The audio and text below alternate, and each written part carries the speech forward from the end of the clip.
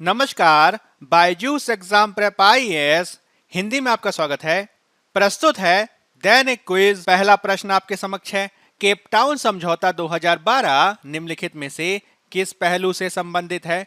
अवैध, अनियमित और अनियोजित मत्स्यन से, जंगली जानवरों के अवैध व्यापार से, समुद्री अर्थव्यवस्था में प्रदूषण उपशमन से कि शहरी क्षेत्रों के सतत प्रबंधन से। केप टाउन समझौता 2012 के बारे में आप ये ध्यान रखेंगे कि इस समझौते को अंतर्राष्ट्रीय समुद्री संगठन यानी आईएमओ के द्वारा 2012 में अवैध, अनियमित और अनियोजित मत्स्यन, जिसे illegal, unregulated and unreported fishing के रूप में जाना जाता है, इससे निपटने में मदद करने के लिए अपनाया गया था।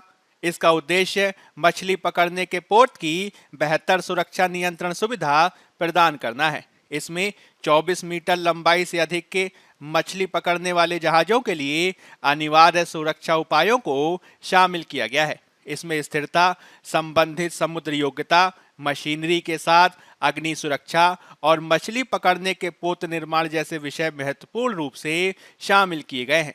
इस रूप में आप ये देख सकते हैं कि केप टाउन समझौता 2012 संबंधित है अवैध, अनियमित और अनियोजित मत्स्यन से, और इस रूप में हमारा सही उत्तर हो जाएगा ए। आज के द हिंदू में इससे संबंधित खबर प्रकाशित हुई है। भारतीय नौसेना के अनुसार इस वर्ष की पहली छमाही में हिंद महासागर में 200 से अधिक चीनी मछली पकड़ने के जहाजों की निगरानी की गई है।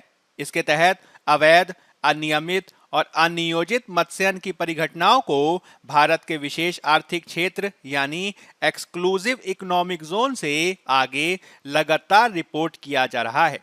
इसमें से अधिकांश अवैध गतिविधियां उत्तरी हिंद महासागर से देखी गई हैं। अगला प्रश्न आपके समक्ष है। निम्नलिखित में से कौन सा देश पूर्वी एशियाई शिखर सम्मेलन का सदस्य नहीं है?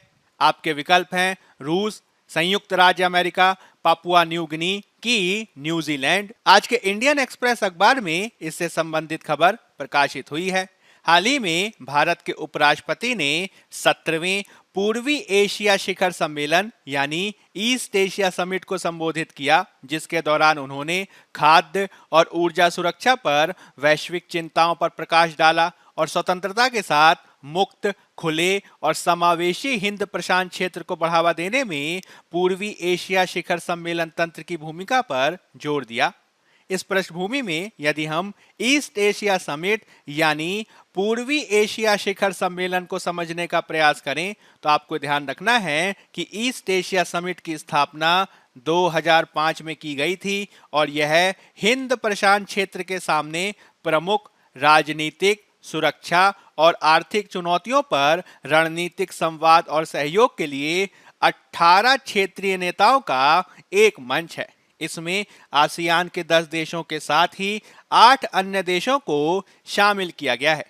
पूर्वी एशिया समूह की अवधारणा को पहली बार 1991 में तत्कालीन मलेशिया के प्रधानमंत्री महातिर बिन मोहम्मद के द्वारा बढ़ावा दिया गया था। हमें यह भी ध्यान रखना होगा कि जब हम बात करते हैं ईस्ट एशिया समिट में सदस्यों की, तो इसमें आपको ध्यान रखना है कि इसमें आसियान के 10 सदस्य देश शामिल हैं, जिसमें Myanmar, Laos, Vietnam, Cambodia, Malaysia, Thailand, Singapore, Indonesia, Brunei और फिलीपींस के साथ ही 8 सदस्य देशों को भी शामिल किया गया है। इन देशों के नाम हैं ऑस्ट्रेलिया, चीन, जापान, भारत, न्यूजीलैंड, दक्षिण कोरिया, रूस और संयुक्त राज्य अमेरिका। इस रूप में आप ये देख सकते हैं कि इसमें रूस, संयुक्त राज्य अमेरिका और न्यूजीलैंड शामिल हैं। यानी पूर्वी एशियाई शिखर सम्मेलन का सदस्य कौन नहीं है? तो उत्तर हो जाएगा हमारा सी, पपुआ न्यू गिनी। अगला प्रश्न आपके समक्ष है।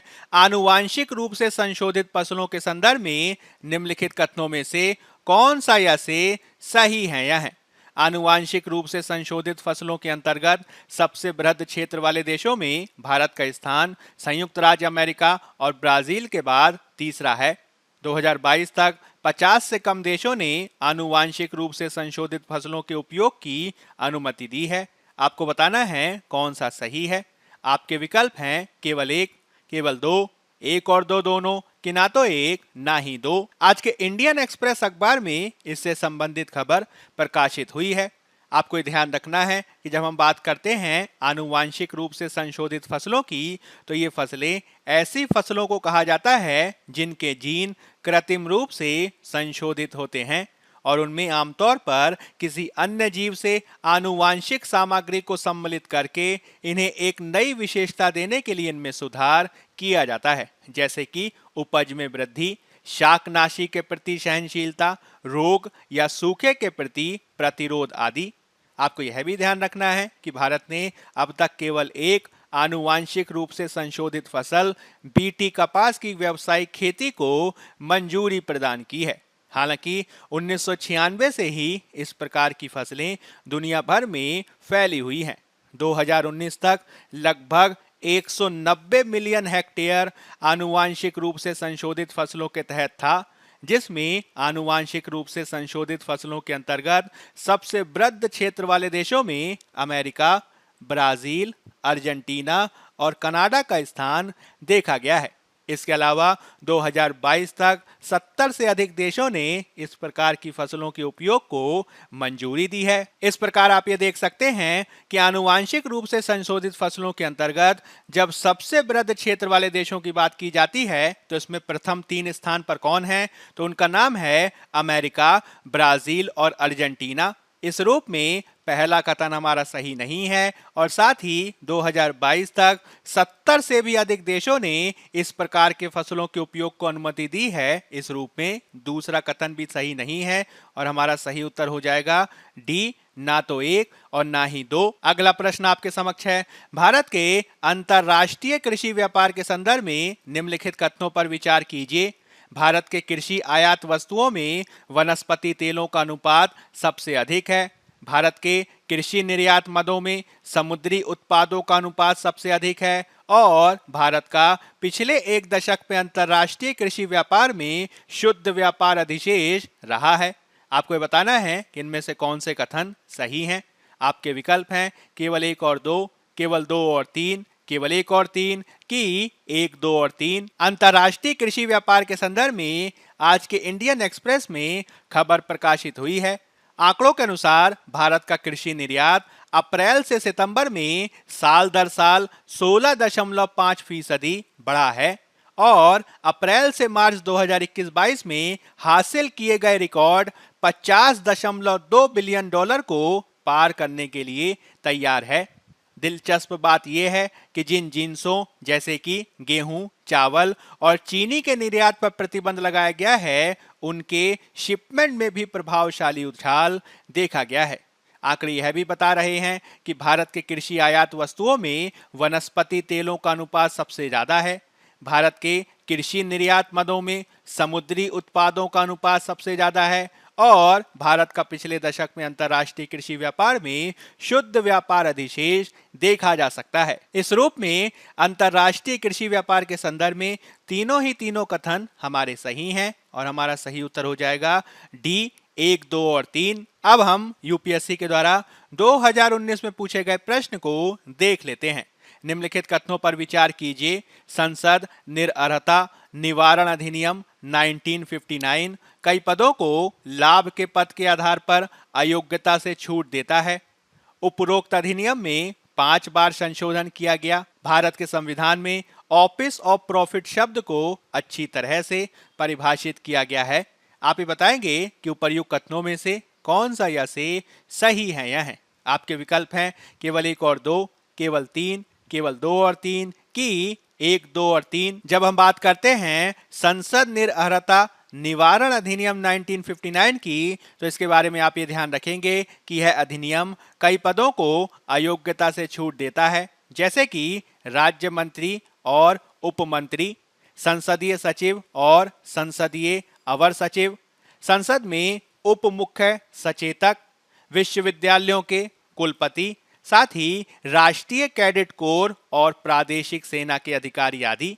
इसके अतिरिक्त सरकार के द्वारा गठित सलाहकार समितियों के अध्यक्ष और सदस्य भी इसमें शामिल हैं, जब वे क्षतिपूर्ति आदि के अलावा किसी प्रकार का शुल्क या पारिश्रमिक के हकदार नहीं होते। इस रूप में आप ये देख सकते हैं कि इसमें पहला कथन एकदम सही है। अधिनियम के संदर्भ में आप यह भी ध्यान रखेंगे कि इस अधिनियम को 1960, 1992, 1993, 2006 और 2013 यानी 5 बार संशोधित किया गया है। हालांकि भारत का संविधान ये स्पष्ट रूप से परिभाषित नहीं करता है कि लाभ का पद क्या है, और यह परिभाषा विभिन्न अदालत के फैसलों के द्वारा ही विकसित हुई है। इस रूप में पहला और दूसरा कथन तो सही है, तीसरा कथन हमारा सही नहीं है, और सही कथनों के रूप में हमारा सही उत्तर हो जाएगा ए, केवल एक और दो। अब हम आज के तथ्य यानी फैक्ट ऑफ द डे की बात कर लेते हैं, जिसमें हम बात करेंगे 9वीं अनुसूची पर, जो आज के इंडियन एक्सप्रेस अखबार में प्रकाशित हुआ है। हाल ही में झारखंड विधानसभा ने 2 विधेयकों को मंजूरी दी। इसमें एक विधेयक राज्य में खाली सरकारी पदों और सेवाओं में आरक्षण को बढ़ाकर 77% करता है, और दूसरे में स्थानीय निवासियों की परिभाषा को निर्धारित किए जाने के संदर्भ में 1932 को कट ऑफ वर्ष के रूप में निर्धारित किया गया है। हालांकि यह विधेयक एक चेतावनी के साथ आया है, क्योंकि झारखंड के मुख्यमंत्री का ये कहना है कि केंद्र के द्वारा इन विधेयकों को संविधान की 9वीं अनुसूची में शामिल करने के बाद इनको लागू किया जाएगा।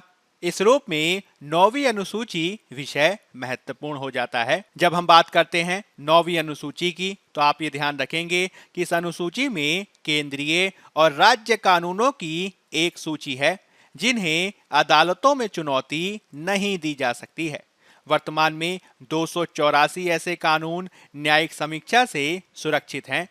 अनुसूची के तहत संरक्षित अधिकांश कानून कृषि या भूमि के मुद्दों से संबंधित हैं। आपको यह भी ध्यान रखना है कि 9वीं अनुसूची को 1951 में संविधान का हिस्सा बनाया गया था, जब संविधान में पहली बार संशोधन किया गया। इसे नए अनुच्छेद 31B के द्वारा बनाया गया था, जिसे 31A के साथ सरकार के द्वारा कृषि सुधार से संबंधित कानूनों की रक्षा करने और जमींदारी प्रथा को समाप्त करने के लिए लाया गया। पहले संशोधन ने अनुसूची में 13 कानूनों को जोड़ा, और समय के साथ इसमें कुल मिलाकर 284 कानूनों को शामिल किया गया है। आपको ये ध्यान रखना है कि समय के साथ 9वीं अनुसूची के संदर्भ में व्याख्याएं बदली हैं। जैसे कि 9वीं अनुसूची न्यायिक समीक्षा से कानूनों को एक सुरक्षित स्थान यानी सेफ हार्बर प्रदान करती है, किंतु यह सुरक्षा पूर्ण नहीं है। जब 2007 में तमिलनाडु के एक कानून को चुनौती दी गई, तब सुप्रीम कोर्ट के द्वारा IR कोहिल्लो बनाम तमिलनाडु राज्यवाद में 9 न्यायाधीशों के एक फैसले के द्वारा यह फैसला सुनाया गया कि 9वीं अनुसूची के तहत रखे गए कानूनों को मौलिक अधिकारों के उल्लंघन के आधार पर चुनौती नहीं दी जा सकती, लेकिन उन्हें संविधान के मूल ढांचे के उल्लंघन के आधार पर चुनौती दी जा सकती है। अदालत ने स्पष्ट किया कि 1973 के बाद 9वीं अनुसूची में शामिल किए जाने पर कानून बुनियादी संरचना परीक्षण से बच नहीं सकते, क्योंकि 1973 में केशवानंद भारती मामले में कानूनों की संवैधानिक वैधता की जांच करने हेतु एक अंतिम परीक्षण के रूप में बुनियादी ढांचा परीक्षण को विकसित किया गया था। यानी आपको ये ध्यान रखना होगा कि यद्यपि 9वीं अनुसूची में शामिल कानूनों को मूल अधिकारों के उल्लंघन आदि के आधार पर चुनौती नहीं दी जा सकती, किंतु संविधान के मूल ढांचे के उल्लंघन के आधार पर उन्हें चुनौती दी जा सकती है। और विशेष रूप से इसमें ऐसे कानूनों को चुनौती दी जा सकती है जिन्हें केशवानंद भारतीवाद यानी 24 अप्रैल 1973 के बाद शामिल किया गया था। बायजूस एग्जाम प्रेप IAS के आज के अंक में फिलहाल इतना ही। धन्यवाद।